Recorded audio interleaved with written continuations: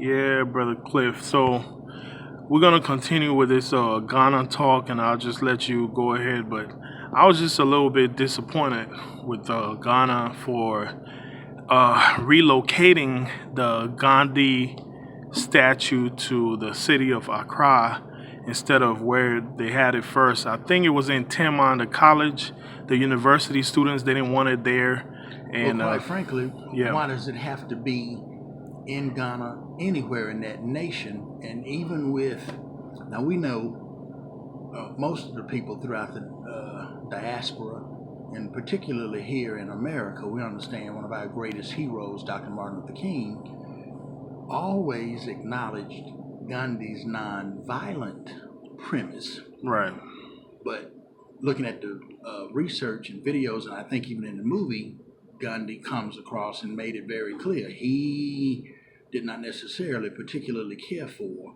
those of Negroid origin. right, and So, I mean, what is it about these African countries that think, for some reason, it seems like to me when I look around at some of these issues, they feel like they owe their former colonialists some type of whatever. It's your country. If you don't want certain things in there, and you're apparently these college students didn't want that in there no more than some of our college students, and even a lot of white ones, if you recall, are pulling down these Confederate Civil War statues right. off Yeah, of I've heard. college grounds. I've, So I've heard about that. But with the Ghana situation, it's just a lot to go with that. First of all, the students they didn't want it because they did some research and realized that he was extremely racist. This is Gandhi I'm talking about. How do you pronounce his first name again? Because I don't. Mahatma, I think it's Mahatma Gandhi. Mahatma Gandhi, I believe is Yeah. how it's pronounced. Right. If So they saying they it realized that he was extremely racist, and I would like to say India is a strange country because there are islands, as you know, the North Sentinel. How you say that again? Sentinel. Sentinel Island is right there. They have another island there with basically Africans that migrated to that part of the Middle East, and they've been there for centuries.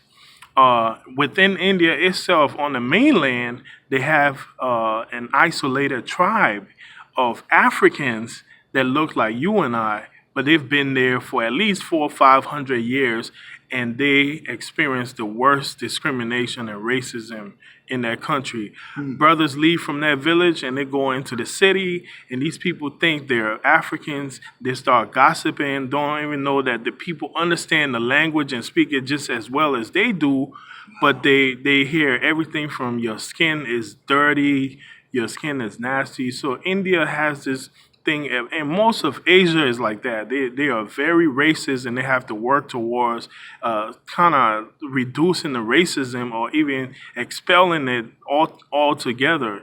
Well, But it's interesting. You're from Liberia, and you've certainly traveled more extensively internationally than I have. right, But certainly, when we look through a lens, and we have to watch that because we know who controls the narratives around the world. of But it course, is frustrating to black men such as myself in this country when we kind of look at the different dynamics. We've heard about China oh going into yes, certain parts of Africa. And one report on YouTube, they're establishing their own type of police stations and South Africa, law enforcement type of things on how they're going to run. My thing is, when I sit here and look at that, how can that be? South Africa or any African country, it's your country. You dictate exactly, on how things are going to be done. And that's a little bit frustrating for me when I look at those dynamics. You're the governing, controlling body.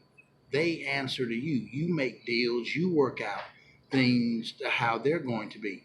It right, seems as though some of these other countries are coming in and still somewhat dictating their motives and agendas. You right. don't dictate anything in my country unless I give you permission. To do that.